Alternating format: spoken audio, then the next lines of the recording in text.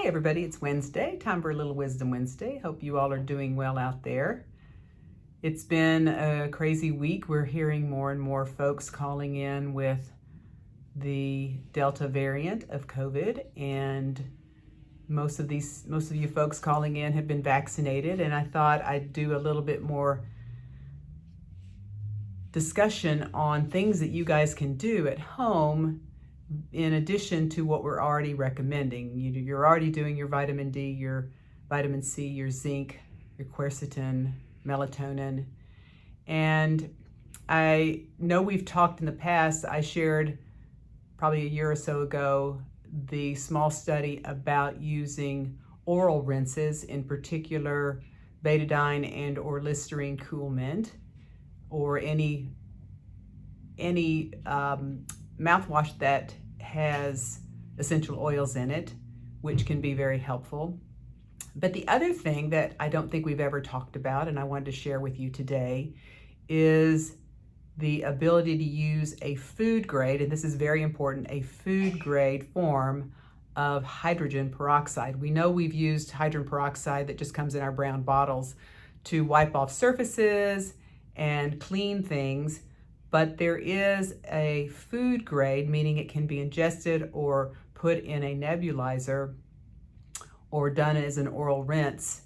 And so it's very important, if you're going to use this as any type of treatment plan or prevention plan, that you get the food grade. It is something that you can order through Amazon or perhaps just at the drugstore, and it generally has to be diluted. So I wanted to kind of go over that with you. Many of the over-the-counter versions of food grade hydrogen peroxide comes as a 3% solution.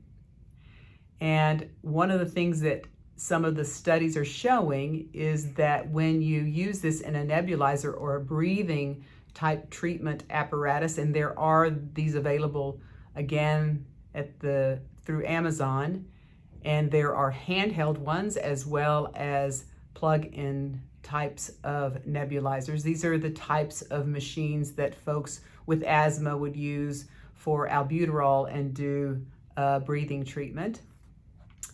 And when you use hydrogen peroxide, you want to use a very dilute solution. So as I said, the food grade usually comes in a 3, they're oftentimes 12%, but a 3% in particular, if you were to have that, you also need to order some normal saline, and that's just salt water, but it's called normal saline.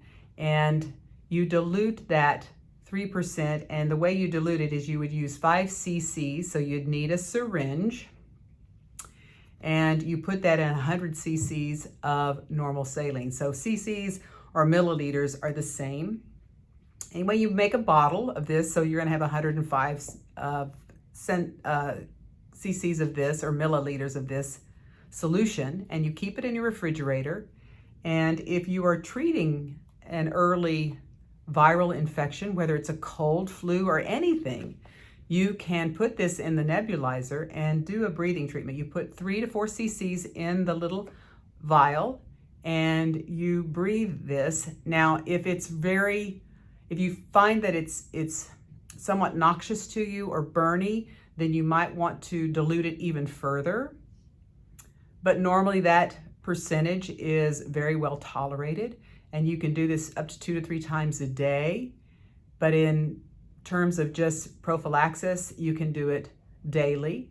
But if you start to get symptoms, this is one other thing that you could add to any treatment protocol. There are studies out there that it has very good response and can significantly decrease viruses as well as other antimicrobials on surfaces, but in breathing, and you can also gargle with this. Now, you do not want to swallow, so you can gargle for 2 to 3 minutes with this solution as well, and then spit that out.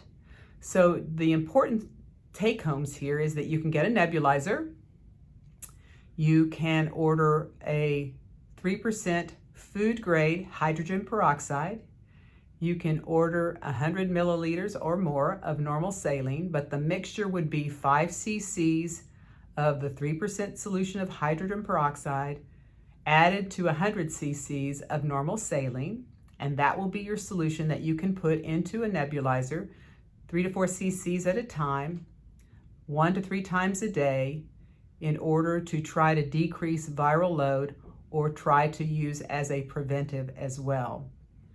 And just wanted to share one more thing that you might want to consider, because we're seeing more and more folks who have been vaccinated and fortunately not getting particularly sick, but it's enough that you have to go home and you don't feel well. Most of the people with the Delta variant are having a lot of upper respiratory type symptoms, a lot of cold symptoms, and certainly are losing some taste and smell in addition.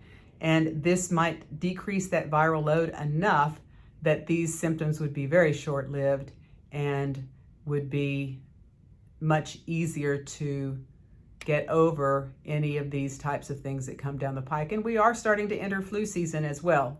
Again, last season we didn't have much of a flu season, but as people are out more and more, and it's likely that we will have more flu. So just something to kind of keep in your toolkit for ways that you might consider to fight these microbials, both bacterial and viral, out there.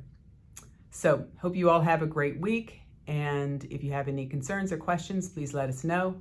And until next week.